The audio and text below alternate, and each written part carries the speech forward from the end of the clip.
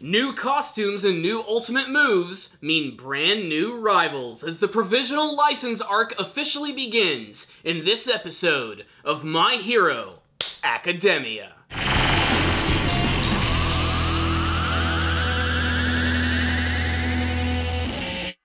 My Hero Academia continues to do the impossible, which is introduce brand new characters at a breakneck pace, and they all happen to be awesome. This episode was so freaking hyped for the introduction of so many new students for Class A to go up against. It's enough that they already had an intense rivalry with B Class. Now that they're getting ready to go through this big exam, they're going to be competing with schools from all over the world, or at least all over Japan. The superhero exams in My Hero Academia are never normal. It's not just always a written test. There's usually some sort of rigorous exam where they go out to a battlefield and do something crazy, and that's exactly what we're going to be seeing in this arc right here. All of the characters from Class 1A now have brand new costumes, they've mastered their abilities, and they all have ultimate moves, so it's time to put them to the test. And they're actually going to be ending up going to this big battlefield and competing with these other rival schools. First, there's the Shiketsu School, where they start to introduce a couple of new characters. In particular, a character by the name of Inasa Yoarashi.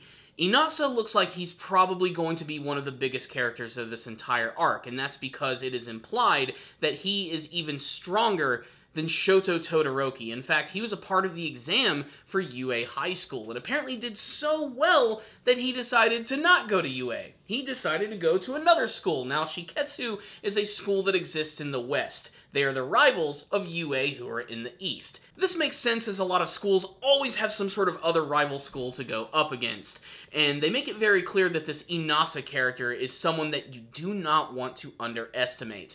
Now, the intro indicates that his ability is probably going to involve using wind or some sort of force power, so I can't wait to see that in action, but I loved seeing him in his costume. It looks so simple and awesome, and the funniest thing about his character, of course, is that he's incredibly eager and super hyped up all the time. When he actually bows down, he crashes his forehead into the earth, causing it to bleed out. That's how hardcore this guy is. The moment, though, where you see Shoto actually, sort of reacting to him, that's really ominous. I can't wait to see if there's something between these two characters. I'm just so pumped up to see what this guy is actually going to be all about. However, UA's rival school, Shiketsu, is not the only one they're going to have to look out for. There's also Ketsubutsu, which is another academy of students, which is led by this one superpowered woman by the name of Miss Joke. This ridiculous, clownish-esque character who seems to have a close connection with Aizawa, and that's because she's head over heels in love with this guy. Miss Joke is a well-known hero according to Deku, and her powers involve actually being able to forcibly make people laugh. This might seem obvious, but it's pretty clear that Miss Joke seems to be paying homage to the Joker from Batman. And the only reason for that, of course, is because she has a clownish appearance, she has green hair, and she's able to forcibly make people laugh, kind of like what the Joker uses in the Batman comics called Joker Venom. So I like that. It's kind of a fun play on that character, but what I love most about her is that while she has a very playful attitude and reminds me a lot of an adult version of Mei Hatsume, she also seems to know a lot of things that Aizawa doesn't. Some things he doesn't realize about this exam, and we'll get into that a little bit more as we go along. So all the heroes get decked out in their costumes, and seeing them all in one room just looks like a giant cosplay convention. It's absolutely hilarious. The proctor of this exam is this super tired guy who goes by the name of Mera. That seems to be his only distinctive character trait, is that he's really tired and kind of apathetic about his job. But he's there to explain what this first part of the exam is going to be about. Now, there's over 1,000 students here, so they're going to have to trim the fat. There's way too many heroes out there, and they really only need the best of the best.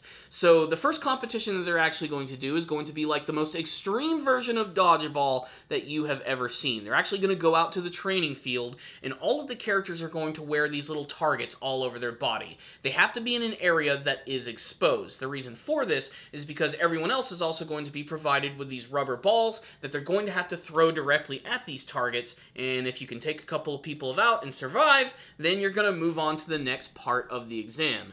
Now, this is basically just an excuse, of course, to see a lot of brand new quirks in action and to see how far our heroes have come in utilizing their brand new powers and abilities, but it's also a stark revelation that every single time they have this exam, all the other schools team up on UA. And the reason that they do this is because UA is the one that gets all of the press, all of the attention, and because of this, everybody already knows what sort of quirks these characters are going to have. Thus, they can take advantage of this and go for their weaknesses. So as soon as this exam begins, UA is just immediately bombarded from every direction by all of these characters. But again, it's an excuse to finally see a lot of cool new things in action. Not only does Deku get to use his full shoot style to just completely destroy all of these things around him, but we even get to see like Mineta Minoru using like his giant sticky whip to actually help out, or Hantasero using very similar abilities. It looks like everybody's going to be doing some really cool stuff in this arc, and we'll definitely get to see more of their ultimate abilities as they move on, but it's made very clear that this is going to be one hell of an uphill battle for the young students. So what's the rundown on this episode of My Hero Academia? Another really great build-up episode to the next part of the series, and the introduction of a ton of new characters. Of course, the ones I think to look out for is definitely going to be Inasa. He just immediately seems interesting with his ridiculous over-the-top personality and the fact that this implied that this guy is really freaking powerful. I also love the fact that we're getting to see other schools in the series. While UA is very prestigious, and it's definitely like, you know, like the Ivy League of superhero schools, there's a lot of other ones out there that also have some very impressive heroes, and all of the ones that they introduced in this episode all have really wacky and crazy designs. Their superhero costumes look really great, and they're doing a great job of actually hiding what their powers are truly going to be. Aside from that, aesthetically, there was a lot of things I loved about this episode. First, I just love Eijiro Kirishima's brand new costume. I love Denki Kaminari's brand new costume. They just look so much more inventive and cooler looking than their previous one. Kirishima's in particular just looks so awesome and looks like it would make one of the coolest cosplays that I've ever seen. There's a lot of little details to all of their costumes which have actually been changed here. There's also a little bit of time for levity and some funniness in this episode, like for the fact that Ochako finally fully admits that she is just head over heels in love with Deku. There's a scene in this episode where all the girls are prodding her about it, and it's really funny for a number of reasons. One, I like that we get to see these characters in a more relaxed setting and actually allowing themselves to be human for once. What I mean by this is, in a lot of other anime series, when a character has like clothes they wear or a costume, they wear it all the time and they never change their clothes. I like when we actually see them wearing different things and acting like normal people. Like, I love the fact that Momo has her hair down where it's usually up, and now Suyu has her hair up where it's usually down. It's just little moments like that that actually manage to flesh out these characters in a different way and not saying it completely out loud. It's subtle, and I like that. But I do love the fact that Ochako is just freaking out about Deku at this point. She can't control floating herself and even sees him training outside and becomes even more enamored with him.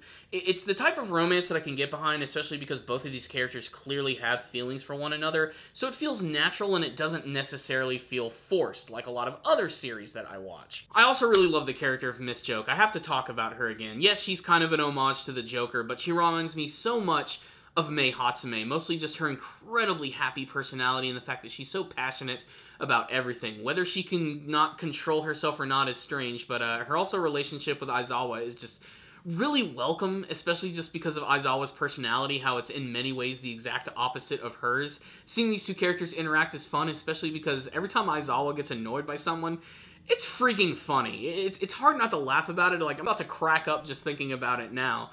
And overall, I hope we'll get to see maybe even more of her in action. Really, though, this entire arc right here looks like it's going to be a great introduction to tons of new characters and abilities and action scenes, and maybe even delving a little bit more into the other schools around the My Hero Academia world.